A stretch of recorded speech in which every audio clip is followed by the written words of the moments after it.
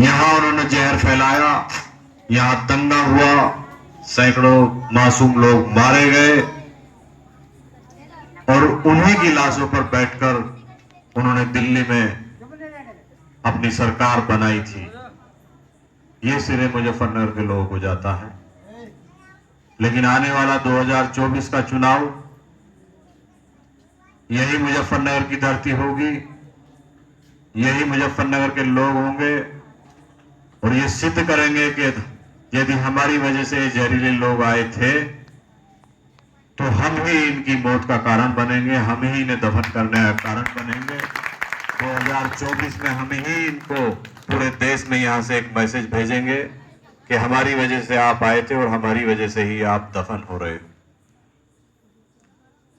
बहुजन समाज के मेरे जितने जिम्मेदार बुजुर्ग बैठे हैं, भाई चंद्रशेखर आजाद से आप भली भांति वाकिफ हैं। आपने खतौली का चुनाव जितवाया और इस मुल्क में एक मैसेज दिया कि बहन कुमारी मायावती के साथ साथ आज आपके बीच में आपका एक बेटा, आपका एक भाई, आपका एक रहनुमा, बहुजन समाज का नेता चंद्रशेखर आजाद भी पैदा हो चुका है और बहुजन समाज उसको अपनाने को तैयार है। साथियों, बहुत लोग कहते हैं, मैं जाता हूं मीटिंगों में बहुजन समाज के, दलित समाज के, बहुत सारे लोग कहते हैं भाई भीम आर्मी ठीक थी, आपने पार्टी क्यों बना ली। ये कारवां शुरू होता है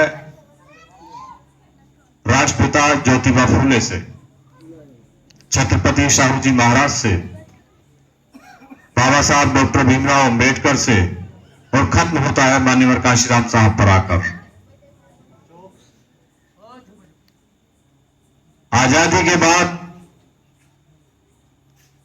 जब इस मुल्क में पार्टियां बन रही थी, नेता बन रहे थे, उस वक्त में बाबा साहब अंबेडकर ने भारत का संविधान लिखकर भारत के तमाम जाति के उन दिग्गज नेताओं को बता दिया कि दलित समाज में एक नेता ऐसा भी है, एक आदमी ऐसा भी है जो इस देश का कानून लिख सकता है, जो इस देश का संविधान लिख सकता है। वो थे डॉक्टर भीमराव अंबेडकर, बाबा साहब अंबेडकर, जो इस देश के पहले कानून मंत्री बने।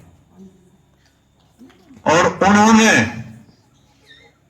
सबसे पहले अपनी एक पार्टी बनाई थी, रिपब्लिकन पार्टी ऑफ इंडिया। साहब काशीराम चाहते तो रिपब्लिकन पार्टी ऑफ इंडिया में काम कर सकते थे, आरपीआई में जा सकते थे, उन्हें बहुजन समाज पार्टी बनाने की जरूरत क्या थी। लेकिन बाबा साहब के जाने के बाद आरपीआई कई धड़ों में बट गई, उसके नेता स्वार्थी हो गए, उसके नेता लालची हो गए, बाबा साहब का जो काम था उसको भूल गए। बाबा साहब ने कहा था कि हमें संसद कब जानी है, हमें लाल किले से जय भीम का उद्घोष देना है, हमें अपने बहुजन समाज के चेहरे पर खुशियां लानी है, हमें इस कमजोर दबे कुचले समाज को ताकतवर बनाना है, हमें इस समाज को शिक्षित बनाना है। लेकिन उनके जाने के बाद वो सब चीजें खत्म हो गई। तब उस कारवां को आगे बढ़ाने का काम किया माननीय काशीराम साहब ने। उन्होंने वो आरपीआई पार्टी ज्वाइन नहीं करी और एक नई पार्टी खड़ी करी। उससे पहले उन्होंने डीएस4, बाम सेफ, तमाम गैर राजनीतिक संगठनों में काम किया, खड़े किए, लोगों को जोड़ा और तब 1984 में बहुजन समाज पार्टी का निर्माण किया। और बहुजन समाज पार्टी में तमाम फिरके के नेताओं को जोड़ा, तमाम समाज के वो व्यक्ति, वे लोग जिनको राजनीतिक हाशिए पे डाला गया था। आजादी से आज तक उनकी कोई पहचान नहीं थी। तमाम छोटी छोटी जातियों में से विधायक, एमपी, चेयरमैन, मेंबर निकल के जाने लगे और हिंदुस्तान में उन लोगों की एक पहचान होने लगी।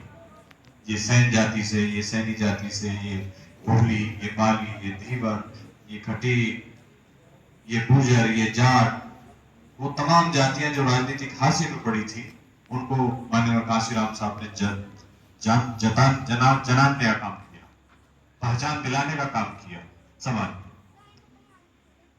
तो काशीराम साहब ने जो एक बरगद का पेड़ खड़ा किया था बहुजन समाज पार्टी के रूप में, बहुत सारे नेता उसमें बने। हमने भी 20 साल बहुजन समाज पार्टी में काम किया। बहुजन समाज पार्टी में हमारे भाई वहां से विधायक भी बने, चेयरमैन भी बने, एमपी चेयरमैन। तो उनके जाने के बाद वो जो काम था बहुजन समाज को इस देश का रहनुमा बनाना, शासक बनाना, इस देश की संसद पर और लाल किले पर कब्जा करना, वो काम काशीराम साहब जाने के बाद में, इस दुनिया से जाने के बाद वो काम रुक गया। अब जब रुक गया तो जैसा कि कहा गया है, बहुजन नायक और बहुजन हीरो तब तक आते रहेंगे जब तक बहुजनों का सपना पूरा नहीं हो जाता। और सपना है इस देश में एक बहुजन समाज, एक दलित समाज का प्रधानमंत्री बनना, जो अब तक नहीं बना। आजादी के 77वीं साल 76वीं साल में 77वीं साल में हमने आज तक हमारे बुजुर्ग बैठे हैं, किसी दलित प्रधानमंत्री को देखा हो, किसी पार्टी ने दलित प्रधानमंत्री बनाने की घोषणा की हो तो मुझे बताएं। तो बहुजन समाज पार्टी अपने मिशन से हटी, काशीराम साहब इस दुनिया से गए, लेकिन काशीराम साहब के रूप में ऊपर वाले ने हमें और आपको चंद्रशेखर आजाद जी के रूप में एक नेता दिया, एक भाई दिया, एक रहनुमा दिए, और उन्होंने उस काम को संभाल लिया। आज इस मुल्क में कहीं भी दलितों पर, शोषितों